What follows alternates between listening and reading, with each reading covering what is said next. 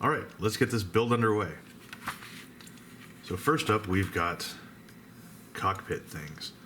Now, looks like we've got a couple pieces coming in here from the C sprue, so let's find that. Oh, wait. These aren't marked with parts or letters or numbers at all.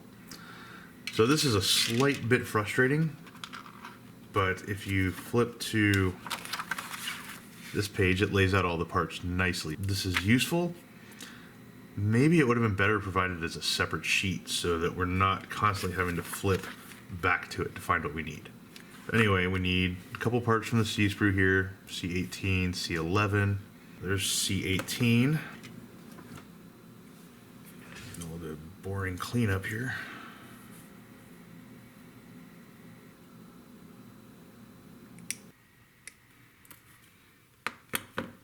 Okay, so we've got the parts cleaned up. Now, one thing I want to note, look at D19, the control yoke. Now, these are usually wrapped up here around the handle. This piece, come on camera, does not really have any real wrapping detail going on. All it does have is some micro flash on the inside and on the outside. Now, if it were me, considering we have this plethora of resin parts, why not go ahead and just make the control yoke in resin too? I don't know. It is what it is, and this is just a build review, so we're gonna say, hey, that's good enough, right? So my weapon of choice for fun super model work is methyl ethyl ketone. It melts the ever-living shit out of styrene. Very effective at that. Get a good grip there.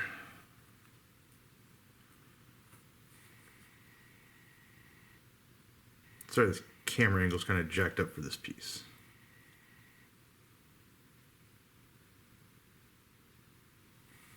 Oh, don't you go jumping around me now.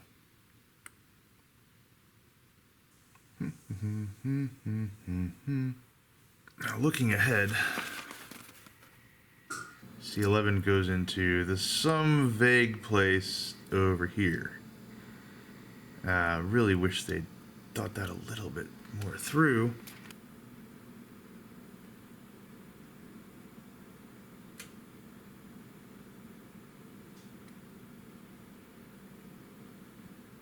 Now we need to find D13, D14, and D15. What a good old backstop. Try moving coffee.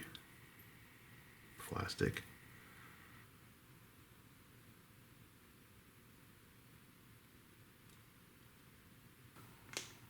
So here we've got the cockpit truss kind of working. Time to install D15. This is one of those frustrating elements where this poor piece really has nowhere to go. It just kind of is. Let's go ahead and lock down.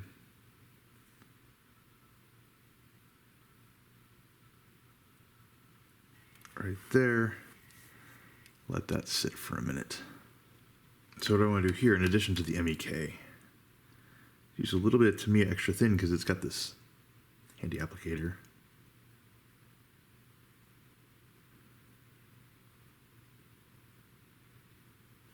Meanwhile, if I do some D14, it's the little bendy looking bastard right there. As you can see on this, these sprue gates aren't the greatest. Not providing a lot of good separation and definition from the actual part itself. Again though, trying to maintain perspective, all of these pieces will be pretty much buried under that resin seat. As you can see with these sprue gates, it's tough to really get it in any way, shape, or form correct just because it's pretty much all over the part's business. Sanding a tiny little piece. Please don't break.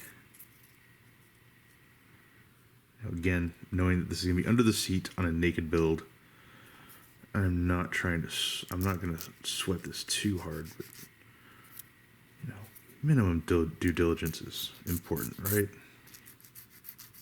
All right, I'm going to call that close enough for government work. Now this goes with the bendy end over here.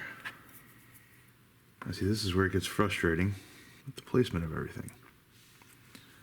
This piece is too long. You know, fuck it.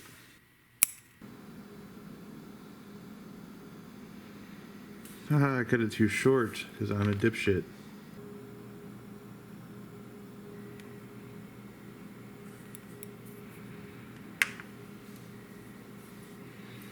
All right. Now we get to install some photo etch. Here we go, 21 and 21 up here.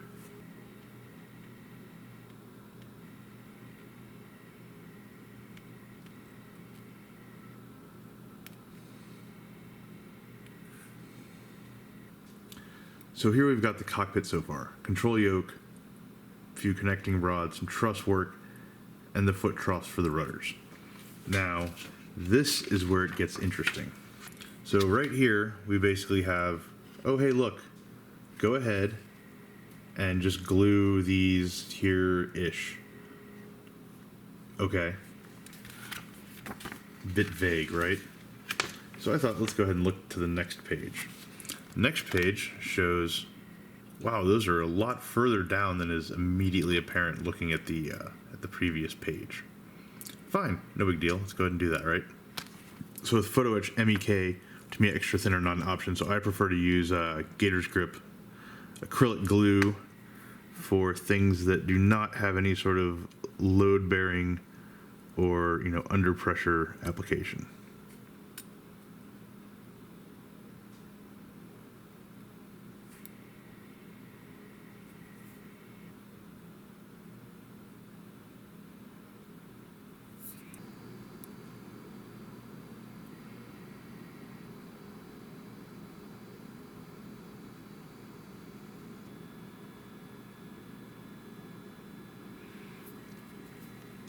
And this is one of those problems with the isometric views that they go with here is it's tough to see exactly where these line up 100%, right?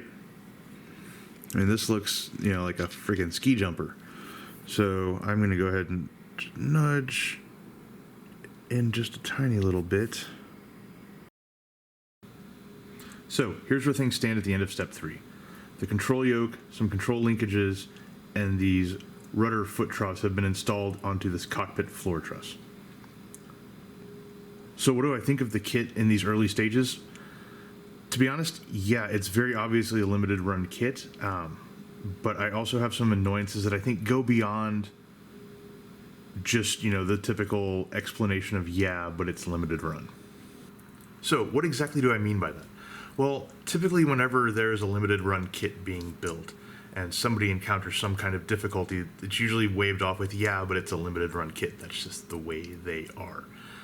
Fair enough. You know, I realize that short run kits have limitations imposed on them just by what they can and can't do with injection molding. I get it. It's the nature of the beast. However, I think that that idea also becomes a bit of a dodge or an excuse for decisions that very easily could have been made that could have alleviated a lot of, you know, minor headaches along the way. So, for example, if you look at Fly's sprues, there are no letters or numbers of any kind to tell you what parts are what. Now, with this sprue, it's pretty simple to figure it out. But when you're dealing with, you know, these little linkages and such that go on to this assembly, it's a little bit more frustrating. Now, hopefully, in their wisdom, Fly has gone and provided a little legend in their manual. Okay, great, right? However, you know, as you're building this thing, and you are on this page, and you think, crap, what part is C11? I need to find that. Which sprue is that on?